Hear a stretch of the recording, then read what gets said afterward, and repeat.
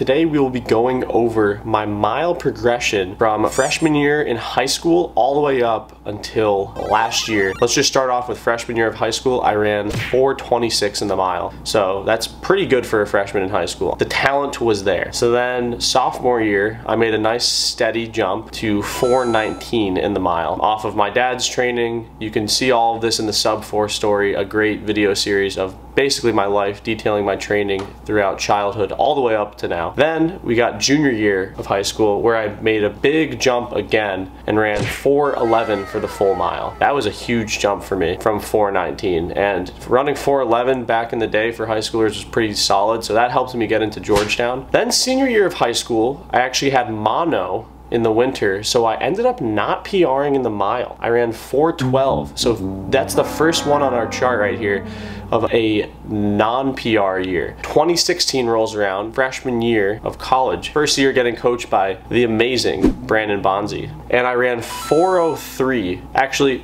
let me pause real quick. This chart, as you can see, it says mile converted on the top left part. So I ran 3:45 in the 1500 freshman year of college, which converts to a 4:03 mile. I also did run 4:04 for the open mile my freshman year of college, but my 1500 meter conversion was 4:03. I didn't even feel like I was training that hard freshman year in college, but the results were great. So then sophomore year of college, no PR for me. Our second time on this graph where I did not PR. Outdoor season, I got hurt. I fell down and hurt my knee.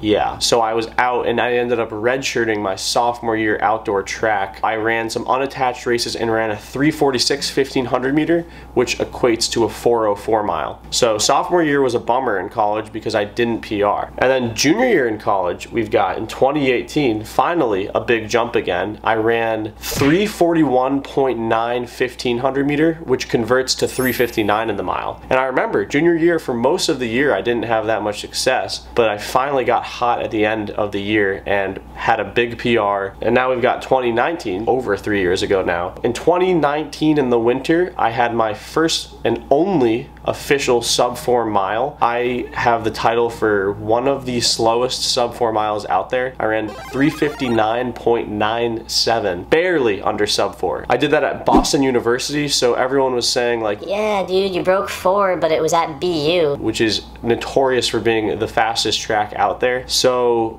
what I did then was prove people wrong by running 3:39.9 in the 1500 at Brian Clay, 3:39.94, which is my current PR today, equates to a 3:57.5 mile. All right guys, so this is where it gets sad. Fifth year of college rolls around. I ran 4:01 indoors, and I felt like I was finally coming around to be able to run 3:38, 3:37 outdoors. Then COVID happened, so the whole year got canned. But it didn't matter because I got picked up by Brooks Running and the Brooks Beast Track Club and thought that I was going to have a crazy successful year, because similar to how I had a huge PR improvement from high school to college, I thought that in 2021 I was going to have a huge PR, but I was wrong. On a personal level, I think the coaching is good, I think the team is awesome. It was just the most unlucky year of running of my life. So I ended up only running a 4:03 mile the entire time I was with the Brooks Beast. It's tough because it was probably the most attention I had on myself from like the social media side of things,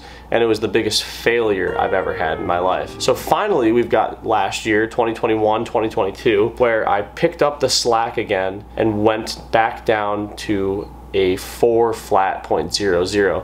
So I ran a 3:42.5 1500, which converts to a 4 flat mile. So there's finally some progression again after 2 years of getting worse and worse. And then this last year I got a little bit better again, but I'm still not back down to where I was 3 coming up on 4 years ago in college. I think it's really interesting and a little bit sad to see that since my freshman year of college, I really haven't had that much crazy progression in the mile. I had my biggest jump on this chart when I went to college and went from 4:11 to 4:03, but since then, this graph sort of almost looks like it's asymptoting a little bit. It could mean a whole assortment of things. One, it could mean that I'm topped out at where I'm at right now, and a lot of people will make that argument, and there are times when I think, you know what, yeah, I'm about a 357 to 403 guy, just it's a coin flip on what the number is going to be depending on the day. And that's what the results look like from the last 6 years of my running. You know, we've got 403, 404, 359, 357, 401, 403, 4 flat. That's the last 6-7 years of running, and it's been very in this small box. The optimistic approach that I am going to take on this is that, and this sounds crazy, but the nature in which I have been training since entering college, and even more so in the last few years, has only really led to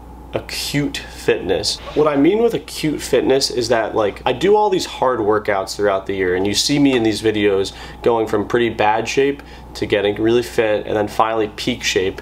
And then usually after I peak, there's a big drop-off period where I'm, like, you know, not as into it for a while because I'm really burned out or just physically tired and mentally tired, and then there's the break. You know, for a while I thought that that is, like, you know, the natural way that it goes about with running. But since doing this new training that I am doing, which is true aerobic threshold training, I now feel like I've seen the light at the end of the tunnel. The training that I've previously been doing has always been getting me too fatigued, always getting me overtrained to where I have a huge burnout period and come back out of shape again and not really reaping long-term benefits. I don't feel like I've had long-term benefits of strength ever. I used to do my mile repeats close to 5-minute pace because I thought that that was my LT2, my aerobic threshold. I have now come to learn that my true LT2 is closer to 5:30 to 5:40 pace. So when I do these workouts where I do 5 flat mile repeats or 3 flat 1Ks, I'm actually tapping into something called your anaerobic system. In general, I think that it's just really cool to look at my mile time progression over the years from freshman year of high school all the way up till now.